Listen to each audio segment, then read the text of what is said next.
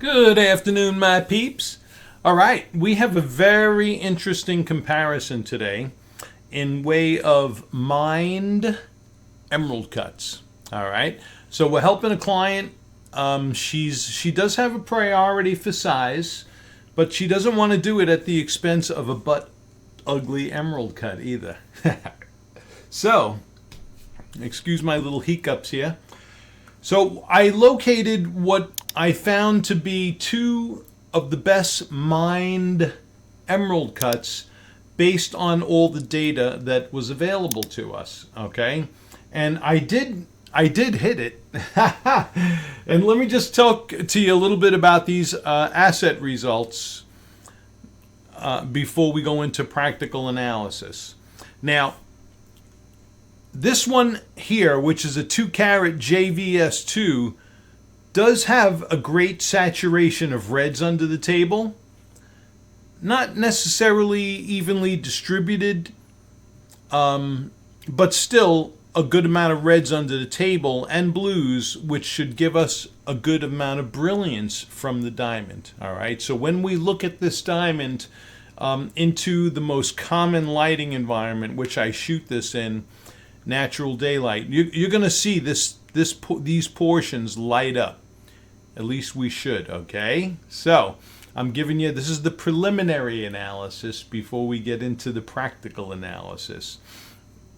So my suspicions were right when I picked this one, and we do have what looks like really good asset results.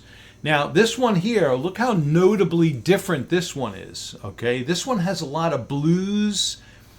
You've got your reds mixed in as well. So, to the amateur, or I should say to the armchair gemologist, there's a lot of armchair gemologists out there, who would look at this asset result and say, no, too much blue equals too much head body shadow, and in certain instances they would be right, but there were also instances in where they could be wrong also. And here's why I say that.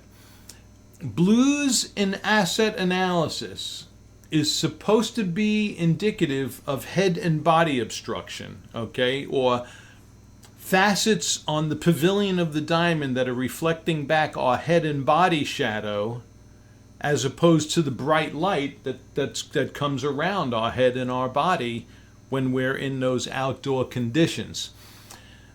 So a person would see this and see, fewer reds in this image than say they would in this image, and immediately grade this one as the better diamond.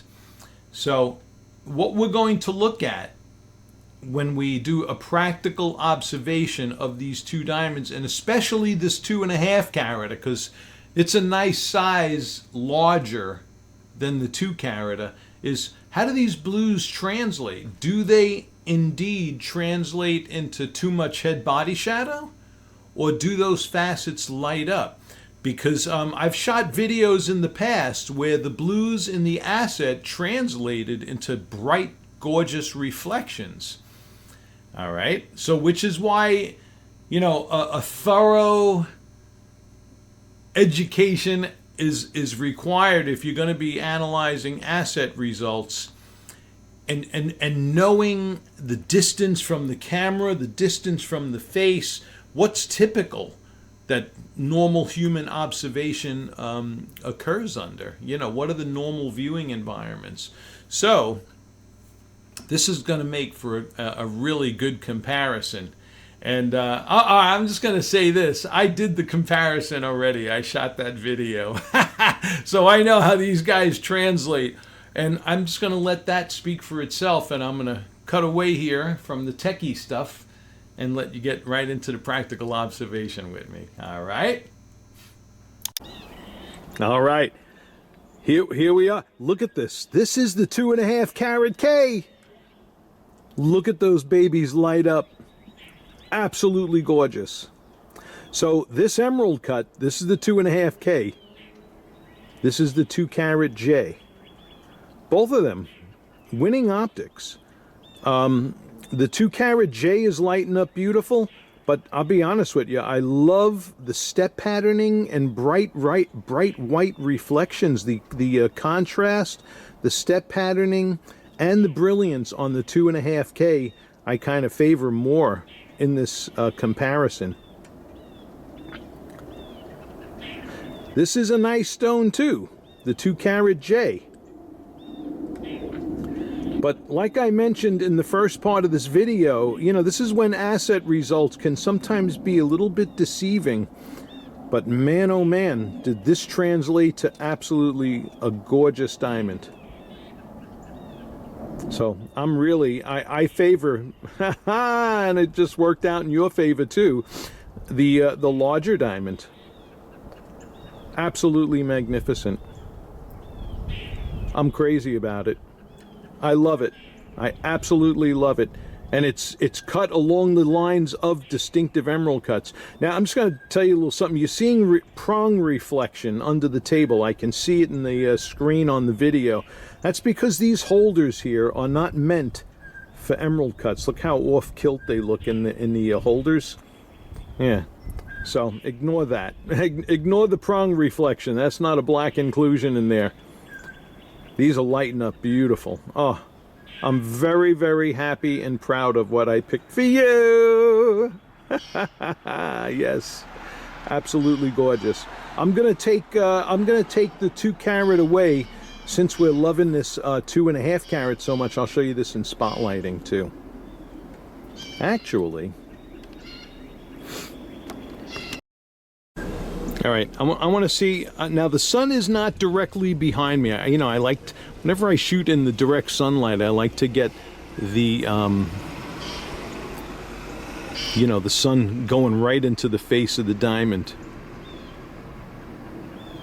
But look at the sunlight hit off of those facets. Mow. It's lighting up exactly like a top-of-the-line emerald cut should.